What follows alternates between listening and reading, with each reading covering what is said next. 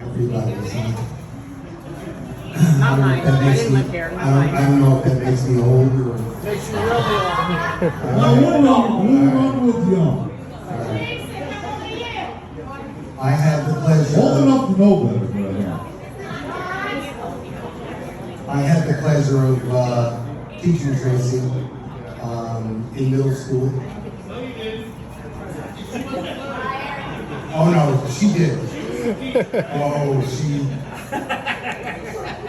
Pack her hand for her, for sure. Yeah. And that I get bonus points for because Tracey was Tracey to everybody, and she really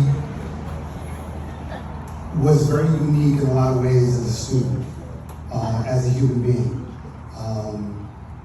She always felt as though she was on the outside looking in. If you really knew Tracey, you knew that she felt that way, that she was the outsider, that she didn't fit in. She didn't realize that until later that she was that one piece of the jigsaw puzzle that makes it complete. And it's amazing as a teacher when you see that, and then you see them years and years later. And Tracey was one of my special kids. Every one of my kids were special throughout my whole teaching career. But I will tell you that when I saw Tracey had posted, this is when I was on social media, and for anyone who wonders where I went, it was just not good for my mental health. Okay. In the past year. That's okay. So I didn't drop anybody. I didn't ghost anybody. I just deleted from my health and well-being. And those people I knew, if they needed to reach out to me, they'd find a way. Tracey had posted that she was in the emergency room at St. Peter's. And I panicked because it was like, okay, what's going on? Oh, I think they're going to admit me, she then posted. And I dropped everything. I said to my wife, one of my students is at the hospital, and I need to go see her. I got to see if she needs anything. You could walk in the hospital. I said, I'm looking for Tracey Bland. I gave him the room number. I went up, and the look, what the are you doing here? I said, no, that's my question to you. What are you doing here? So she told me a little bit about what was going on, and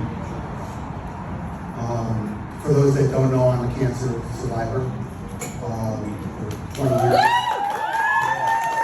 So when Tracey mentioned that, there's a possibility that there could be cancer, I had waited, the doctor came in, the head of oncology, and I sat there with her, and he then explained what was going on. I reached over to hold Tracey's hand, and she grabbed onto my hand so tight because she needed someone. And I was lucky enough to be in the right place at the right time because we then talked after the doctor left, because if any of you know, when you had something like that, you pretty much hear the first couple of words, and then you hear the Charlie Brown teacher, wah, wah, wah, wah, wah. So I talked to her. We talked about a lot of things. I said, we'll get through this. And she looked at me, and I said, oh, you're not in this fight alone. You've got so many friends who love you and care about you. I see that by the people that connect with you on Facebook, that you've known, rekindled those relationships with, and continued since you were in middle school.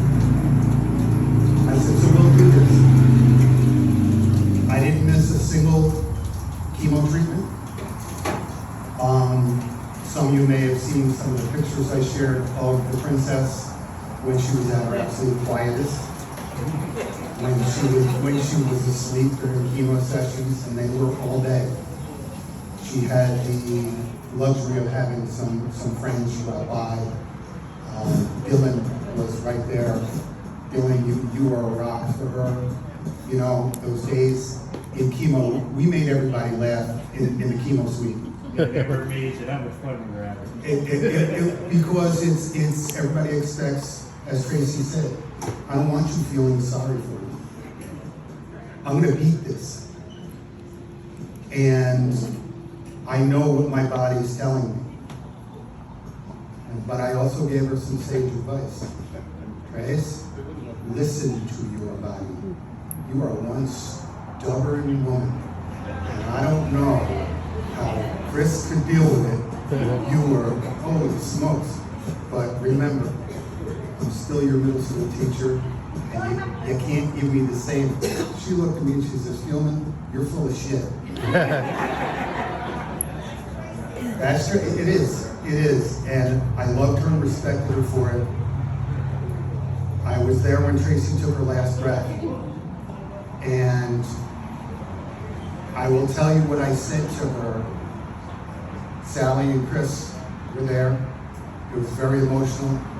It was very surreal. But I leaned over. Chris was holding one hand. Sally was holding the other. And